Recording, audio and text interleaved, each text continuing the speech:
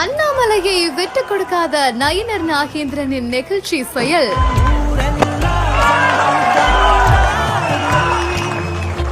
அண்ணாமலையை மேடையிலேயே அணைத்துக் கொண்டு மிரள வைத்த பாசம்.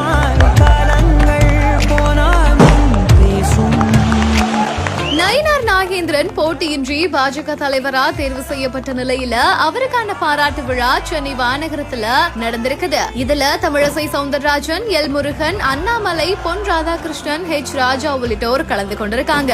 அவங்க நயினார் நாகேந்திரனுக்கு பொன்னாடை போர்த்தி தங்களோட வாழ்த்துக்களை தெரிவிச்சாங்க.